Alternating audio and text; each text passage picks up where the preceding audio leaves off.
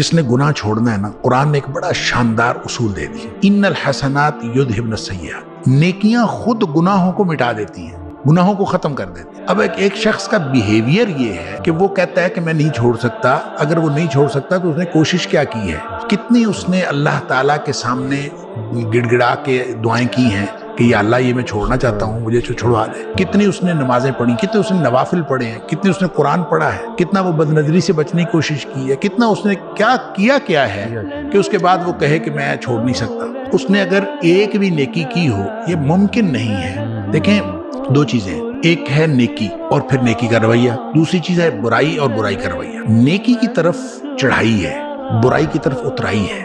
برائی میں بہت جلدی آپ چلے جاتے ہیں، نیکی میں اپنے آپ کو بڑا باندھ کے لے جانا پڑتا ہے، بڑا زور لگتا ہے، تو لہٰذا اپنے نفس کو پورا باندھ کے اوپر چڑھانا پڑتا ہے۔ اور اگر وہ کوئی نیکی کی طرف آتا ہے تو یہ ممکن ہی نہیں کہ اس کی طبیعت کے اوپر، اس کے دل کے اوپر، اس کے دماغ کے اوپر اس کے اچھے اثرات نہ ہوں، یہ ممکن ہی نہیں۔ دوسری طرف اترائی ہے، ظاہر ہے جو اترائی ہے یہ بیک وقت چڑھائی اور اترائی نہیں ہو سکتی۔ جب چڑھائی ہو رہی ہوتی ہے تو اترائی کے اندر فرق پڑ رہا ہوتا ہے، آپ دوسری طرف جا رہے ہوتے ہیں، اپوزٹ ڈائمینشن میں آپ جا رہے ہوتے ہیں، اور اگر آپ جا رہے ہوں اترائی کی طرف تو پھر آپ کی وہ جو چڑھائی ہے وہ اترائی میں بدل رہی ہے اور آپ اپوزٹ ڈائمینشن میں جا رہے ہیں۔ اس کا مطلب یہ ہوا کہ نیکی اور بدی دونوں برابر ایک وقت میں نہیں ہو رہے ہوتے۔ بالکل، جب نیکی ہو رہی ہوتی ہے تو آپ بدی سے دور جا رہے ہوتے ہیں، ڈسٹینس کریٹ ہو رہا ہے۔ تو وہ اگر آپ نے کرنا ہے تو آپ ہمت کریں۔ یہ ہو نہیں سکتا وہ کہے کہ میں نیکی کر رہا ہوں لیکن وہ چھوڑ نہیں سکتا۔